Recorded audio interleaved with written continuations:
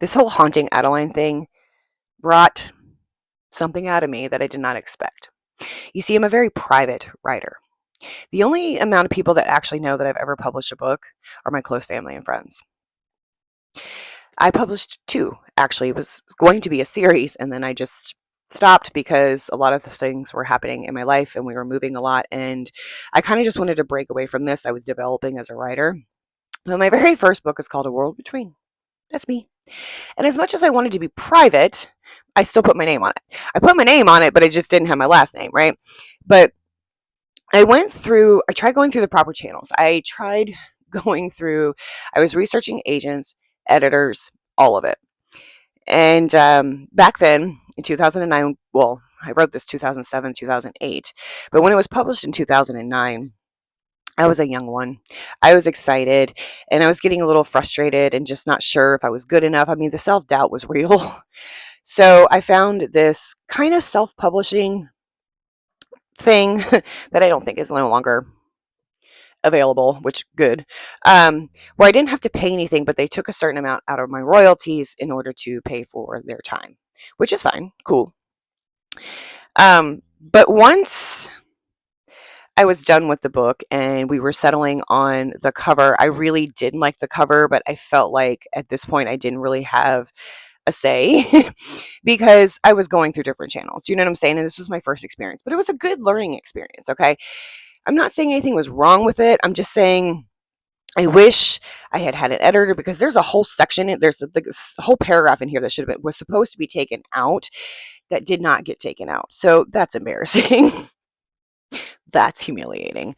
But it happens. And I had to explain to my family and friends. So when this got published, I only sent it to I bought all my friends copies and stuff, and I just sent it to them and I wanted them to read it. And an interesting thing, I have certain people in my family that are not afraid to be honest with me, and I appreciate that. They're like my sister, for instance. I only trust her or my daughter to ever read any of my manuscripts because they can be honest with me. Brutally honest, but not in a hateful way. It's constructive criticism, and I can take it from them, which is good. And like my sister said, you always have the stories. You just got to have somebody clean them up. And that was like ding, ding, ding. So I didn't write the third and the final book for this series. And I've gotten a lot of offers to rewrite this book. And I have tried to rewrite this book. And I remember laying down with my mother and crying. And I talked to my therapist about this too, which is pretty cool. I was like, I want to write this. Like, I have so many opportunities to republish this and make it better and make it, more of an interesting story.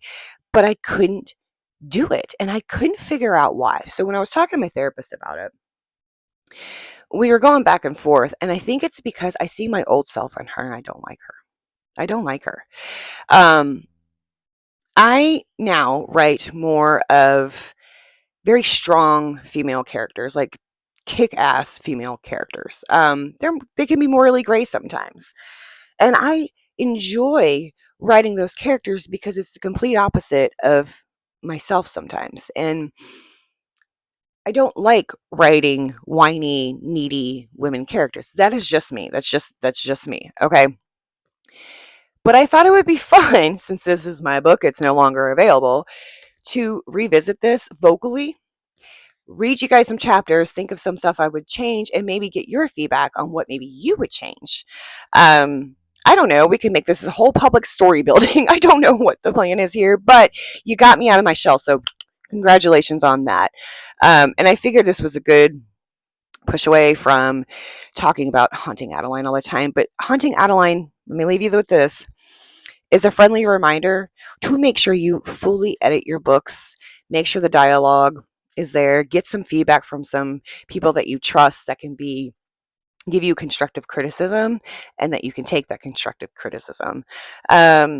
Make sure that you market your book the way that you want to market your book, and make sure that you're putting it in the genre that it's supposed to be, because Haunting Adeline, had you told me, was a horror book, okay. Still don't think it should become a movie, but because in my opinion, there's other awesome books out there that I personally would like to see as a movie. But then I realized sometimes movies don't do the books justice. But the fact that it's marketed as a romance, we're going to leave the dark out of there. the romance part with the concerning things that are in it, no, thank you. I don't think so. But yeah. So what do you guys think? Should I? I'm going to anyways, whether you like it or not. Okay. We're going to read, I'm not going to have time to read the full chapter, but we're going to read a little bit of my very first published book. It's not great. It's got some errors. We're going to talk about it. Okay. We're going to talk about it. It's called A World Between. It was not my first choice. Trust me. I don't remember what I originally called it. Chapter 1. It was Christmas morning, 1987, and I was 8 years old. Kind of wish I would have left the 1987 out of there. I could smell fresh coffee and bacon cooking in the kitchen. The stairs had bright white lights and dark green garland. I walked down the stairs slowly wearing my pink bunny slippers and my pink nightgown to match. Can we talk about how I feel like I was inspired by A Christmas Story on that one? I could smell a candle burning in the living room and heard the laughter of my parents. The house was warm and I could smell the Christmas tree and fresh wrapping paper. Could you? Why did I put that in there? I rounded the corner and saw both my parents sitting on the couch. They looked at me with open arms, and my gaze was soon distracted by all the presents under the tree. I knew they were all for me. I'm an only child. My mother could not have any more children due to an accident shortly after my birth that risked her life if she chose to have any more children. That's important. I was spoiled and wrapped around my daddy's little finger. Again, important of where I was going, but I don't feel like I should have written it how I did it. Merry Christmas, they both said as I ran to them and threw my arms around their necks. I kissed both of them on their cheeks and sat on the floor right next to the tree. My mother began handing me presents, and I tore through them quickly. I was excited about each present. I got clothes, toys, and a brand new pair of shoes. My mother grabbed one last present. It was a small box wrapped in red paper and had a large yellow bow on top.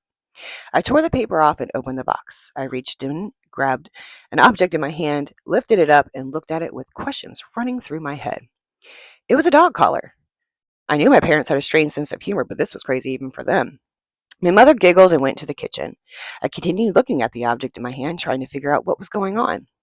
My mother returned to the living room with the large blanket in her arms. She knelt down beside me, kissed me on my forehead. Oh, and kissed me on my forehead. She slowly unwrapped the blanket and revealed the best present ever. A puppy! I screamed in excitement. There in my mother's arms was a golden puppy with big, floppy ears, big paws. I think it was supposed to be a golden retriever. I don't remember. I grabbed the puppy in my arms, and the little creature began licking my face and knocking me over. I laughed so loudly and looked up at both my parents, who had very pleased expressions on their faces, as they should. You have to name her, my father said. I continued laughing and watched as cute puppy ran around the room, then back to me. I pondered on a name for her for a while as my mother went to go check on the bacon cooking in the kitchen. Kira, I said, as this was a character from one of my favorite movies. Dark Crystal. Dark Crystal. I'm pretty sure I got that from the Dark Crystal.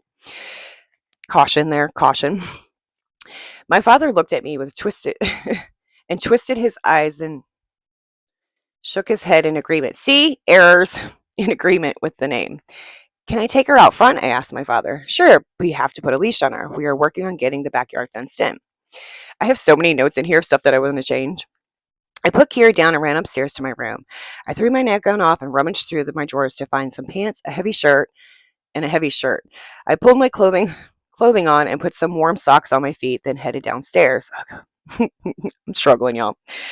I picked Kira up and snapped her leash on. My mother handed me my boots and gloves, and I sat on the floor pulling up my boots and gloves. Oh my goodness. I opened the front door and stepped out into the front porch. The air was absolutely freezing and the snow was deep. I walked Kira out to their yard, and she sank in the snow and bit at the snowflakes falling from the sky. I laughed and ran with her all around the front. I saw my neighbor Kyle walking over. You got a puppy, he said with excitement. Both of us played with Kira and continued running around with her. My father stepped out on the front porch and laughed as he watched us play. There's a note in here that says, I don't know if I like this.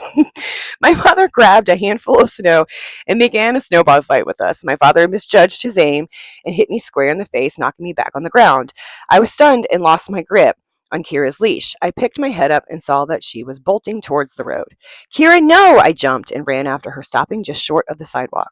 I called her name and clapped my hands to get her attention. She stopped in the middle of the road and turned to me. She slipped a bit and tried to make her way towards me. I looked to my left and saw a car heading in her direction. Wait for it. My voice seemed strained and I felt sudden fear inside of me. I stepped out to get her, but my father pushed me back. He ran to grab Kira and turned to face me. His eyes were wide open and he looked frozen in place. I heard the car coming fast and then heard the driver hit his brakes. and began to skin towards me. My father was by me in a second and threw. Okay, this is where I was making some mistakes here. We need to clarify. My father was by me in a second and threw me to the ground. I heard a loud thump and opened my eyes to see the car stop just short of my feet. I heard the man get out of the car and Kira was on me, licking my face. I tried to sit up, but my head was hurting. I heard my mother scream and run out towards me. I stood up and brushed off the wet snow from my parents. I tried to tell her I was fine, but she rushed right past me towards the side of the car. The sound I heard then was bone chilling. I heard my mother scream and I immediately ran over towards her. I peeked around the corner of the car that almost hit me and saw the pool of blood surrounding a figure in the snow. I realized it was my father. I backed up and froze in place. I do not know how long it was before the ambulance got there or how long the paramedics had been talking to me, but I remember being frozen. My mother watched as they put my father on the stretcher, and I saw them pull a white blanket over his body. My mom turned to me and had a blank stare on her face. She grabbed me up and held me tightly. All I remember her saying was, "He's gone." I don't have time to finish. Like, this definitely is going to have to be bit in parts, so I'm going to have to remember where I left off. But I remember the whole purpose of solidifying this previous relationship with her parents, and then after the death of her father, um, the main character having to deal with her mother pretty much just not wanting anything to do with her. She was always jealous of her, the main character. She didn't like that she was daddy's little girl. And then once her father was gone, it just made things worse. And how she chose to cope, the mother, was not healthy at all. So that's kind of where I was going with that. But there's so much that, like, now that I say it out loud and I'm actually reading it out loud, I can definitely see where I feel like the older version of me could probably take this differently and change it and create a little bit more of a dramatic read, and something that really, really pulls you in and doesn't read like Twilight, or it doesn't read. You can tell it's my first book. Let's put it that way. But so I hope you enjoyed that read.